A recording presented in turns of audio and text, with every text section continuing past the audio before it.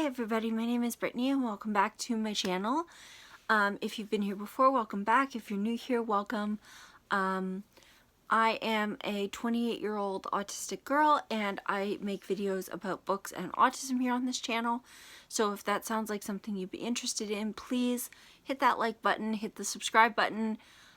Please leave a comment. I respond to pretty much every single comment that I receive. And I love interacting with you guys down in the comments. It really makes my day. And I just love and appreciate each and every one of you guys so much. And please don't forget to hit the bell notifications so that you're notified whenever I upload a new video.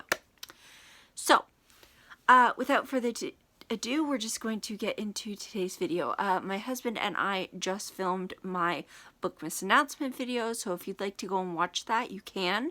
Pause this video, go watch that and come back if you wish or whatever. But yeah, then I went and had a bath, which is why my hair is wet and a disaster because I haven't actually brushed it yet with the wet brush, so I will do that after. But I just wanted to film a quick video. I am filming tonight my Anti TBR. So I've seen this done a couple of times, and basically from what I gather, so this is going to be a list of books that I refuse to read. I will not read them. I don't want to read them. I have zero interest in reading them. And in fact, when I see them on the bookshelves at my bookstore, my local bookstore, or when I see them recommended to me, it just irks me to no end. My brain just goes into this cycle of just irritation because I know for a fact I'm not going to like the books. I already can tell that they're not my thing. I'm not going to enjoy them. So when people keep on recommending them to me, and when I see them at the bookstore getting a very, very prominent place on the bookshelves, much more so getting like the same level or even more attention than some of the incredible fantasy adventures that I love and that I know I would love, and taking up shelf space that could be dedicated to some brilliant fantasy, sci-fi, horror, you know, these things, some brilliant books that not so much horror because I don't really read horror, but you get what I mean. The nice thing about at the bookstore, the romance books, they don't take up shelf space that would normally be used for fantasy because they are kind of in their own section. Same with some of the horror, it's kind of in its own section, which is nice. But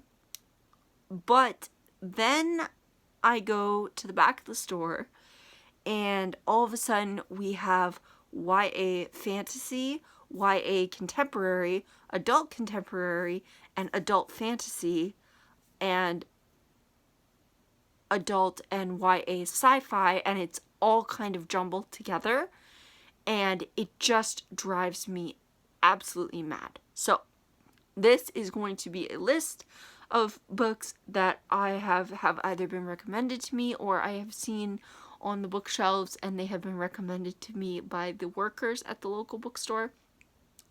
Even though I have told them that I don't like the genre, or that I don't like the author, or I don't like whatever, they still recommend them, saying that they are just objectively that good that they need to be read. But for me though, I don't read in order to find... I don't read books for the purposes of not enjoying what I'm reading. Does that make sense? If I read a book and I don't like it, I'll give it a low review.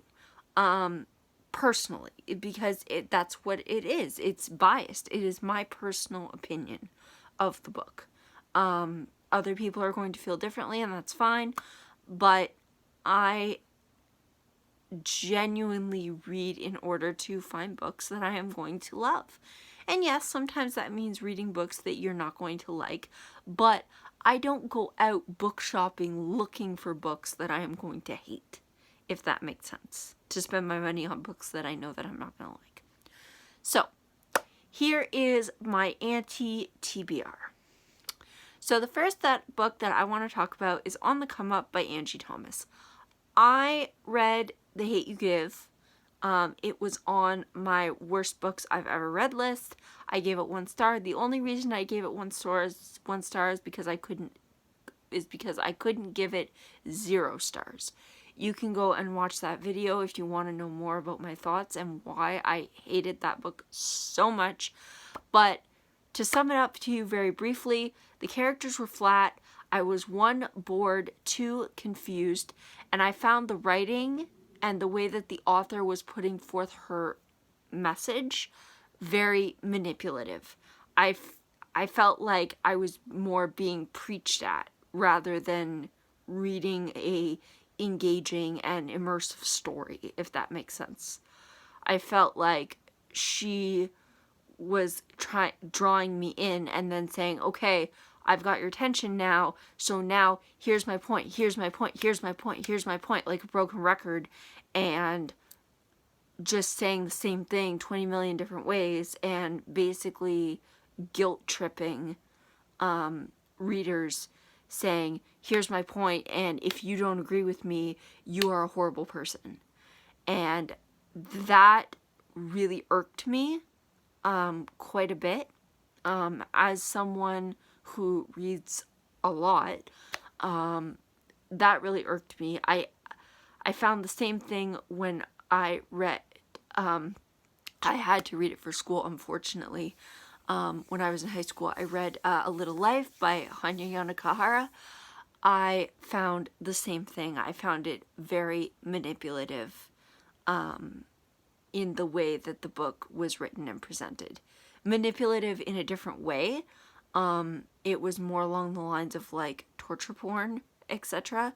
But I still found it very manipulative. Same thing with The Hate You Give. I found it extremely manipulative, and I'm just not down for that. If an author is going to try to manipulate me into thinking a certain way or feeling a certain way about something, I'm not loving that. I'm not going to love that. I'm not going to like the book. I'm not going to enjoy the book. So there's that. Yeah, so On the Come Up by Angie Thomas. I won't read anything by Angie Thomas going forward. The Hate You Give just really put me off of her writing style. I really was not a fan, and it's really unfortunate because I feel like her books could have been an avenue into contemporary that I might have enjoyed had I not had such a horrid experience with her first book. So, moving on. The next book that I refuse to read is The Seven Husbands of Evelyn Hugo. By Taylor Jenkins Reid. I have heard so many things about this book. I have heard great reviews. I have heard things that are amazing. But I just don't believe that it's worth the hype. It's not something that appeals to me. This idea of a Hollywood star and her life. I've never been one to be really interested in like celebrities and their life stories, like with the exception of, authors, but in terms of like, movie stars and, music celebrities and people, who are, always in the tabloids and always in the magazines, and I've never been one to follow that stuff. It's never really appealed to me. So because I personally don't feel, when it comes to celebrities, unless they're like a YouTuber who is putting out their life on YouTube for other people to see, but when it comes to celebrities having their pictures taken by reporters and stuff, it just really, I don't know. I couldn't imagine having my privacy invaded that way, and so I try to stay away from that. And because the book does kind of have some of that similar vibe in terms of this celebrity telling her story, that is a book that I also absolutely refuse to read. I don't really have any other reason other than that. I don't really want to read it. I just don't have any interest in it. Okay, next up we have The Poet X by Elizabeth Acevedo. This, again, is a book that I refuse to read. Why? It is in verse. I am not a poetry girl. I am not a poetry fan. I do not read poetry. I do not like poetry. Mostly because I don't understand it. Poetry has a tendency to be very, where you have to kind of look for the deeper meaning and kind of read between the lines, so to speak. And I don't do well with that. I am a very literal person. So when I read a book, like a fantasy book, the things that I'm reading are literally happening to the characters. And that is helpful and very grounding for me. But poetry is something I've always struggled with. And I've always wanted to enjoy poetry, but I never have. And I think it's because of that fact that it's not literal enough for me. And I find it very hard to get into and very difficult to relate to. So that would be why The Poet X is a book that I really have no interest in reading, because I really don't think that I'm going to be able to get into it, and I just don't think I'll enjoy it. So, okay, moving right along. The next book, so we're on book number 4 now? Yeah, I have 5. I have 5 books that I have absolutely no interest in reading. So the next book is Stamped by Jason Reynolds. I have heard very interesting things about this book. Is something that I have heard is a very important read, a very impactful read. And honestly, as soon as a book is described to me as important or not fun but very impactful, that automatically puts me off. I won't read it. I refuse to read it. It's an automatic no for me.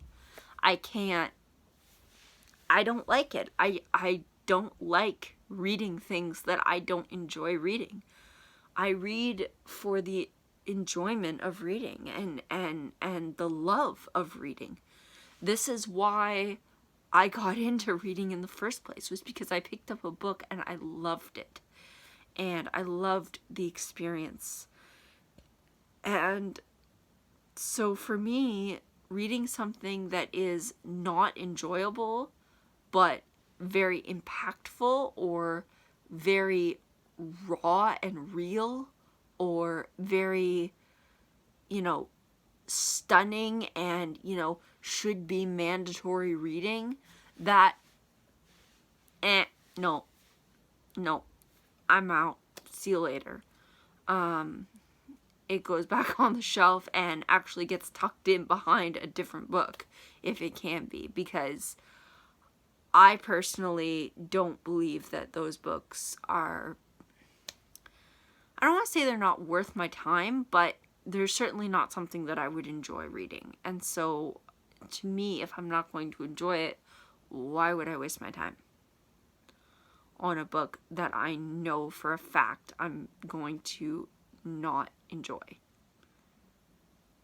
It doesn't make sense to me. Some people would say, oh, well, because it helps you grow, but to me, fantasy helps people grow just as much as reading other genres. And fantasy has some really, really incredible books. Yeah. So,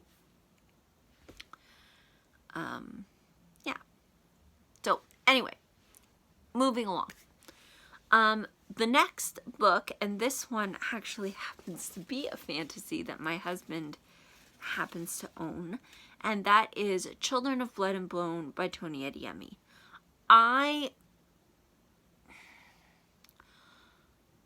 The initial premise of this book sounded incredible to me.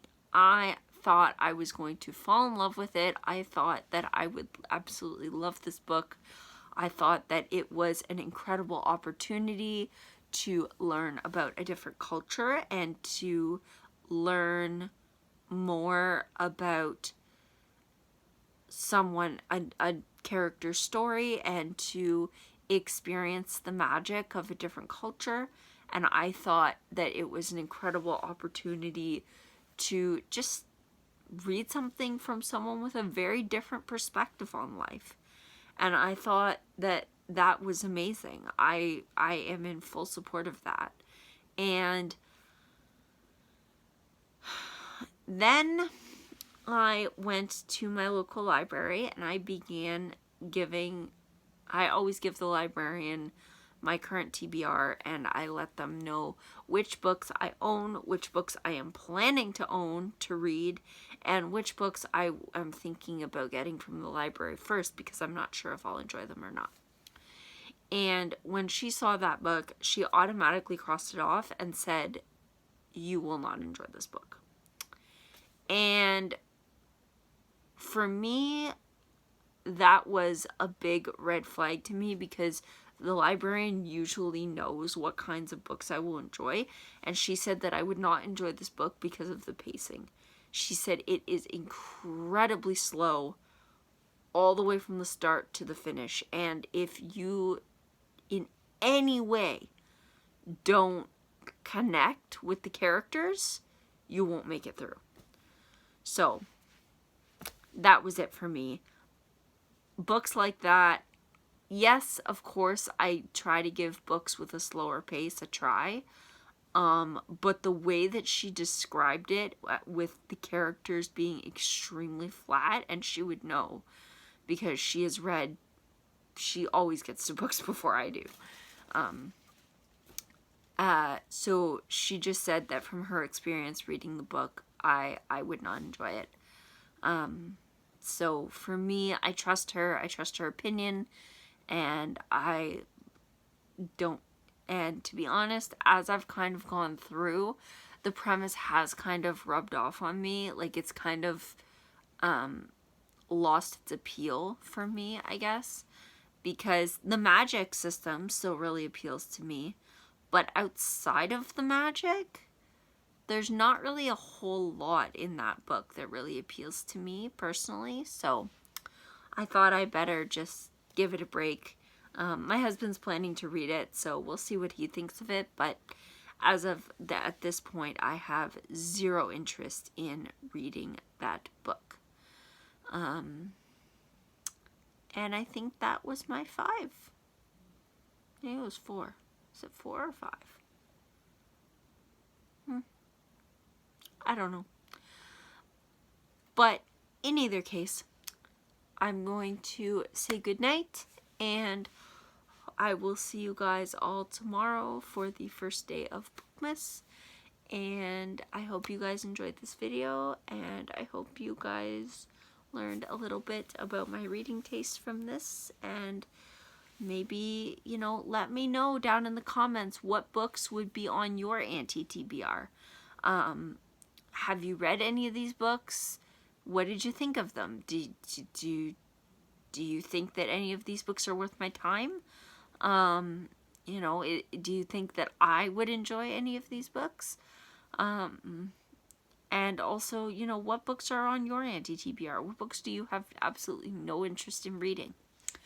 Okay, and I will see you guys tomorrow. Okay, guys, bye!